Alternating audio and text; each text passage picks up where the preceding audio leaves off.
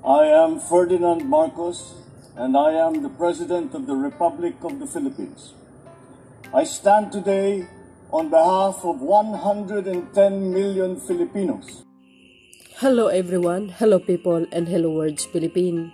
It's me again guys, Let's Talk Vlog. Ayan, shoutout po sa lahat ng mga Pilipino sa buong daigdig. Mayroon tayong very good news for everybody. Gusto nyo ba malaman guys kung magkano ang nakuha ng Pangulo ng mga investment galing sa kanyang mga state visit? Malalaman nyo po dito yan mga kababayan. Sa mga bumabati ko sa Pangulo, ayan na, kainin nyo yung mga dila nyo. Talaga naman, ito yung Pangulo na talagang masasabi kong kakaiba sa lahat. Alam mo, mga kababayan, siya lang talagang mayroon na, yung nakikita ko sa mga diskarte niya ba, yung mga strategiya niya, pamamaraan niya. Grabe, talino talaga. Alam niya kung saan banda niya kukunin yung talagang, yung ibig sabihin, alam niya kung saan isa-solve yung problema. Talaga ito, sana lahat ng Pangulo ganito, no? Magaling mamuno, grabe. Believe ko sa Pangulo na ito. Ito lang yung Pangulo na sa buong mundo. Walang binatbat yung mga Pangulo dyan sa mga malalaking bansa guys, sa pamumuno nito. Kasi si Pangulong Marcos lang ang mayroong bilateral meeting, round table meeting, na very confident na para kausapin ng mga malalaking business leader sa buong mundo. Hindi mo mawari kung paano niya nakumbinsi ito, kung bakit talaga namang nag-invest sila dito sa Pilipinas. Ang pinakamalaking investment guys ang Germany, sabi po ni Yusek, no? So saludo ako talaga sa mahal na Pangulong Marcos Jr. Alam nyo guys, tuloy-tuloy yan hanggang talagang matapos ang kanyang termino, sapagkat gusto niyang marating at masolusyonan ang problema ng Pinas. Ganun ang mga Marcos. Sa kalam, no? Iba, may pusong mamunito guys, makabayan talaga ito at makapasa. So, ganun pa man mga kababayan, panoorin nyo po ang press briefing ni Undersecretary ng DTI guys, sino ba pangalan yan? Well, anyway, pakinggan nyo ang kanyang salaysay, isiniwalat kung ilang bilyon ang nakuha ni Pangulong Marcos Jr. na investment. At hindi lang po yan guys, madadagdagan pa. So, ganun pa man, panoorin nyo. God bless sa inyo lahat. Thank you for watching. Ayan na guys. Sectoral meeting led by President Ferdinand Marcos Jr., the Department of Trade and Industry gave an update on the status of investment leads generated during past presidential visits. To give us more information on this, we are joined by DTI Board of Investments Undersecretary Seferino Rodolfo. Magandang tanghali, Yusek Rodolfo. Magandang tanghali, Daphne. Magandang tanghali po sa lahat ng ating mga manonood, taga-panood at sa ating mga kaibigan sa Malacanang Press Corps. Thank you. Go ahead with the briefing. Kagagaling po natin sa isang pagpupulong sa ating presidente. Binigyan po natin siya ng updates tungkol sa mga investment leads and pledges that resulted from the presidential visits. Hindi ho unique ito. Lagi ho natin ginagawa ito with the President. Si President Marcos Jr. ho ay very meticulous in terms of really looking at the results of the presidential visits. Doon ho sa ating ibigay sa kanyang update, natutuwa ho tayo at nasabi natin sa kanya na yung kanyang mga presidential visits have been resulting to actual investment registrations and approvals doon sa ating mga investment promotion agencies. Ako po ay galing sa Board of Investments. About 80% po ng mga total FDI registrations at total investment registrations sa Pilipinas ay dumadaan po sa BOI. Natutuwa ho tayo na binanggit sa ating mahal na Pangulo na from January to September of this year, ang investment approvals po ng BOI ay umaabot na sa 734 billion pesos. Kung ikukumpara po ito noong January to September of 2022, umabot lang po tayo noon ng 362 billion pesos or an increase of 102%. Ang maganda rin ho dito ay hindi lang yung actual investment amount, pero yung composition. Makikita ho natin na yung composition ng investments ho natin, malaki na rin po yung tinatawag nating foreign investments. Kasi ho sa BOI, we approve both foreign and local investments. Typically ho in the past, ang ating local investments ho sa BOI, about 80% of the total investment amount na approved ng BOI. Pero ngayon ho, nakikita natin, 60% ho ang foreign. Wow. So, naging 20% na lang ho ang local. So, hindi lang ho tumaas yung investment approvals, mas dumami pa ho yung foreign component of the approvals. Kung titignan ho natin yung foreign component ho mismo, ang total approved registrations po sa BOI ay umaabot ng 427 billion pesos. Kung ikukumpara nyo ho yun sa same period of last year, it's actually a 4,150% increase. Wow. So kung titignan natin saan ba talaga may direct impact yung mga presidential visits, it's actually in the foreign investments portion of the approvals of the Board of Investments. At kasama rin ko halimbawa yung mga foreign approvals ni PESA at iba pa hong mga IPAs. Napakalaking bagay din ho, kung titignan din natin, hindi lang yung composition ng foreign, pero saang bansa nanggagaling yung mga investments na ito. Meron hong direct linkage dun sa mga presidential visits at very important to, yung mga paghahanda na ginagawa ko ng buong gobyerno in preparation for these visits.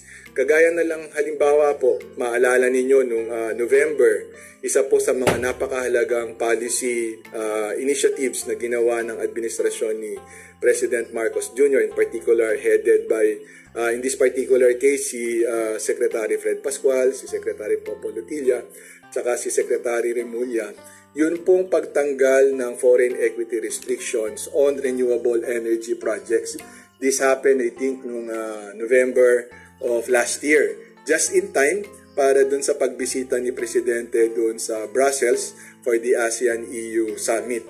Napakalaking bagay ho nun kasi makikita nyo ngayon yung resulta nung mga pumapasok ko sa atin, madami ho doon sa binanggit kong 427 billion pesos worth of foreign projects are actually in the renewable energy sector. Oh my God. Tapos marami ho doon ang gagaling sa Laki pala Europe. Tapos ho, hindi lang yung visit na yun mismo, pero pati ho yung mga pagtanggap ni Presidente sa mga bisita na nanggagaling sa ibang bansa. Kamukha halimbawa ho, maalala ninyo, just a few months ago, pumunta ho dito yung European Council President, si Madam Ursula von der Leyen. Tapos napakaganda ho ng mga naging mensahe doon, including the resumption of our FTA negotiations with the EU. So in summary, tumataas ho ang ating foreign investment approvals and registrations in investment promotion agencies. Napakalaki na ho ng share ngayon ng foreign direct investments. Tapos doon sa mga bansa na typically hindi natin nakita in the past years, so I've been investing in the Philippines. Ito ho yung mga pumapasok and ito rin ho kasama dito yung mga bansang pinuntahan ho ni Presidente. Wow. Yeah. Okay, thank you. Questions? Okay, we'll start with Harley Balbuena, DZME. Hello, good morning po. Yusek, dun po sa nabanggit nyo na 427 billion pesos na approved foreign investments. Na-track po ba natin kung magkano doon yung nanggaling or na-acquire from the presidential visits of PBBM? Yung makikita nyo kasi talaga by the nature of the 427 billion, I would say about 90% of that have been in the sector of renewable energy, tsaka galing sa EU countries. So we are counting that really as having been significantly related to the visit of the President. Wow. Yes. Okay, Jean Mangalus. Good morning. So sorry, ang tatanggalin ko, di ba sinabi natin kanina 734 billion yung total approvals. So tinatanggal namin doon yung local portion, which is the 307 billion. So syempre yun, hindi yan affected by the presidential visit. Tapos yung natitirang 427 billion, I would say really are directly affected by the presidential visit because of the countries where they came from and the sector that were the recipients of these investments. Thank you, Harley. Jane, go ahead. Hi. So these are pledges. So has the DTI tracked how much the 2022 to 2023, how much has it concretely manifested on paper or through projects? Ang track record doon natin sa Board of Investments over the past 10 years is that about 80% of the projects that register actually continue on to implement their projects, yung mga nagkakatotoo. Okay. Dwight De Leon, Rappler. Yusek, saan bansa po pinakamalaki nakuha yung pledges? Germany. And ano po yung mga sinasabi niyong bansa na hindi nag-invest in the past? Normally, kung makikita mo, hindi siya nagpunta sa Germany pero nagpunta siya sa Brussels. Doon tayo nagkaroon ng ating tinatawag na roundtable discussions at saka mga forum kung saan meron tayong separate roundtable discussions with renewable energy projects. In the past, makikita natin, di ba, hindi naman tayo naging darling of EU countries, no, because of some reasons. Diba? Pero ngayon nakikita natin that when the President has said we're open for business, tsaka nakikita naman nila yung mga policy reforms dito sa Pilipinas, pumapasok po sila. Sir, magkano yung sa Germany po? I would say 90% of the 427 billion, 80% of the 427 billion have come from Germany. Pero marami pa yung nasa pipeline, ha. Marami tayo ngayon nasa pipeline, particularly for renewable energy projects. Ang nakikita natin, yung isang kaibahan ng mga investments na pumapasok dito, they have been focusing mainly on, I'd say, 3 to 4 sectors. 3 to 4 sectors that have the capacity to really transform our economy. Number 1, renewable energy. Pagkatapos number 2, telecoms. Makikita ninyo yung mga data towers natin, yung third-party telco towers. Tapos number 3 would be in mineral processing. Although hindi pa sila nag-i-invest but tinatrack natin ngayon, we are actively engaged with private sector companies and their prospective foreign partners pagdating sa, in particular for nickel processing. In this particular case, hindi siya European, mostly Chinese companies, South Korean and Japanese companies yung pumapasok sa nickel processing natin. Pagkatapos yung pang-apat, yung high-tech manufacturing. So ano pong next top investors aside from Germany? The next investors would then be yung Japan. Kung titignan din natin, hindi lang sa BOI, titignan natin particularly din sa PESA, East Asian countries, Japan, South Korea, malaki po yung mga investments that we're getting from them. Wow. Sir, ulitin ko lang, sabi nyo kanina may mga countries na before hindi nag-i-invest sa Pilipinas. Pero hindi naman, but maliit. No? Hindi ganun kalaki. And what countries are these, sir? Mga EU member countries because of our some other reasons. Okay, sir. Thank you. Thank you. Maricel Halili, TV5. Hello, sir. Sir, magkano po yung kabuang nagastos ng gobyerno dun sa mga biyahe ni Presidente para lang po maibangga doon sa nakuha nating investment? Grabe. Hindi ko yung information na yun, pasensya na, wala sa DTI or laki-laki ng bawi nun. 400 Alvin billion Baltasar, kamo di. PBS. Sus. Mike, please. Sa dami-dami ng tinanong yan, pag tinanong kaloka. Yusek, good morning po. Yusek, ano yung mga factors para makumbinsa yung mga investors to eventually mag-invest sila dito sa Pilipinas? Maganda pa yung tiwala na pinagkakaloob sa under the new leadership of the President? Maganda yung tiwala na binibigay nila sa atin. Yung mga factors na nakikita natin, number 1, may mga policy-related factors including yung continuation of the policy reform. You would note na, di ba, sa past administration, meron naman tayong naipasok na ng mga policy reforms including halimbawa yung create, retail trade liberalization, etc. But very important, pagpasok ng administrasyon na to, yung implementation doon tayo nakafocus and further removal of the remaining restrictions. Halimbawa na nga yung sinabi ko kanina, yung napakalaki kasing bagay nun yung removal of the foreign equity restriction on renewable energy. Kaya kitang-kita mo yung yung direct correlation between when the Department of Energy is instructed by the President remove that, kita mo kagad yung pasok ng mga foreign investments doon. Tapos pangalawa, nakikita naman ng mga investor natin, yung sinasabi ko, in implementing the reform measures na gawa na dati, yung pag-implement nun, yung government really having close collaboration with the private sector on adjusting the challenges in implementation. Kanina, doon sa sectoral meeting, binigyan din ni Presidente, number one, kailangan talaga focus tayo in facilitating these strategic investments via the Green Lane. Di ba nag-issue siya ng Executive Order number 18 noong February of this year. Binanggit din natin kay Presidente na meron na tayo ngayong 11 projects that have been registered under that Green Lane. Tapos with a total of about 300 billion pesos worth of project investments doon. Tapos pangalawa, sinabi rin niya, tignan natin yung mga batas na gawa na nga and ini-implement kagaya halimbawa ng Create Law. Ano yung mga adjustments na kailangan nating tignan dyan. So halimbawa na nakikinigo ang gobyerno sa ating mga namumuhunan at saka sa ating mga workers kung ano yung mga nagiging problema, including for example dun sa mga issues on the VAT. Sam Medanilia, Business Mirror.